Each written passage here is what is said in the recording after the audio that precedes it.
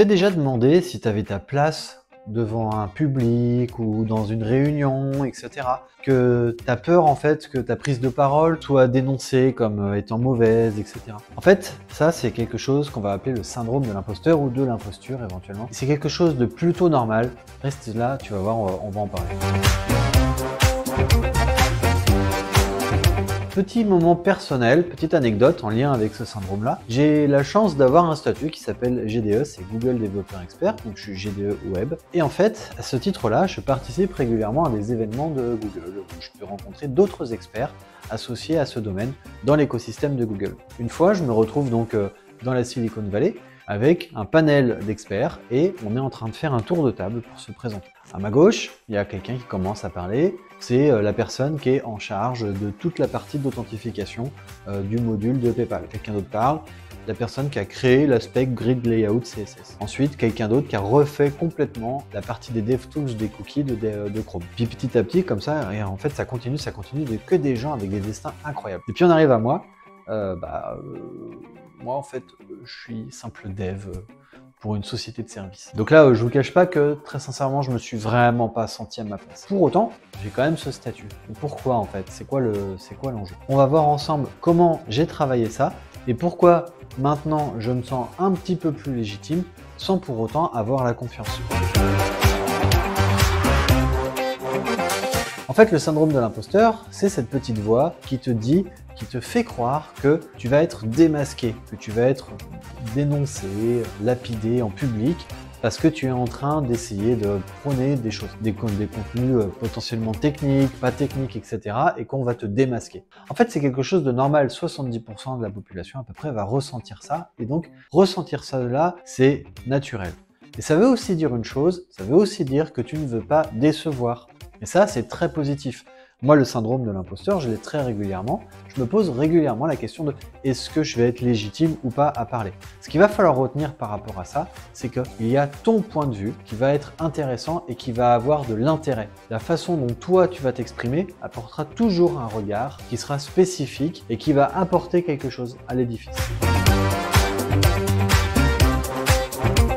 Le problème, en fait, très souvent associé au syndrome de l'imposteur, c'est que on se trompe de contexte. Il y a un enjeu majeur, c'est qu'il n'y a pas de mauvais sujet, il n'y a que des mauvais contextes. Je vais prendre un exemple assez clair et assez simple. On va parler de Git. Donc c'est pour ceux qui ne savent pas ce que c'est qui regardent cette vidéo mais qui ne sont pas des informaticiens. Git, c'est un outil qui est plutôt massivement répandu. Et un sujet de découverte de Git quand on démarre dans l'informatique, c'est essentiel.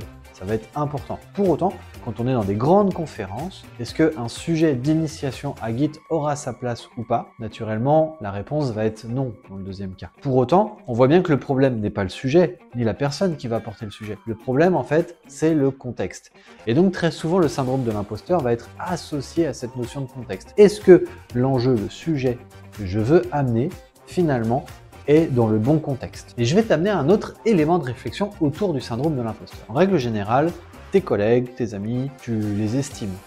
Et si je te disais qu'au final, l'expression de ton syndrome de l'imposteur veut dire une seule chose, tes collègues et tes amis, c'est des mauvais. Tu vas me dire, ben non, justement, je viens de te dire que je les estimais. Pourquoi tu es en train de nous dire ça? Parce que, d'une manière générale, je sais qu'on partage. Entre amis, on est tout le temps en train de partager des choses, des savoirs, etc.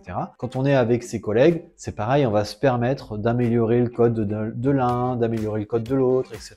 De partager des articles qu'on a lus. Et donc, on se retrouve à partager naturellement auprès d'une population, certes de confiance, mais auprès d'une population. Pourquoi tout d'un coup, quand on se retrouverait en conférence, le panel d'auditoire serait devenu des experts et des expertes? Ça n'a pas de sens parce qu'en fait, les gens qui viennent en conférence, c'est les mêmes. C'est tes collègues, c'est tes amis, c'est toi en fait. Donc, si tu as peur de parler en public, c'est que dans ce cas-là, t'estimes pas tes copains et tes copains-copines et tes collègues. Mais bon, ça on sait très bien que c'est faux. Donc réfléchis à ce que je viens de dire et tu vas voir que finalement, il y a peut-être des contextes dans lesquels tu es légitime pour parler. Si tu ressens ce syndrome en fait de l'imposture, c'est que c'est quelque chose de sain. En fait, je vais t'inviter à considérer qu'il va falloir embrasser ce syndrome, cette inquiétude, pour pouvoir la transformer en quelque chose de positif. Exactement comme dans ma vidéo sur le track. En fait, transformer ton syndrome de l'imposteur ou de l'imposture en quelque chose de positif, ça veut dire quoi? Prendre conscience que tu as envie de faire bien les choses et donc ça va t'amener aussi à prendre justement le sérieux de ce sujet, travailler naturellement plus les choses que ce que tu devrais et donc tu vas grandir encore une fois de plus à travers ça. Fais-toi ensuite confiance sur le fait que l'auditoire ne sera pas là pour te lapider à la fin de la saison.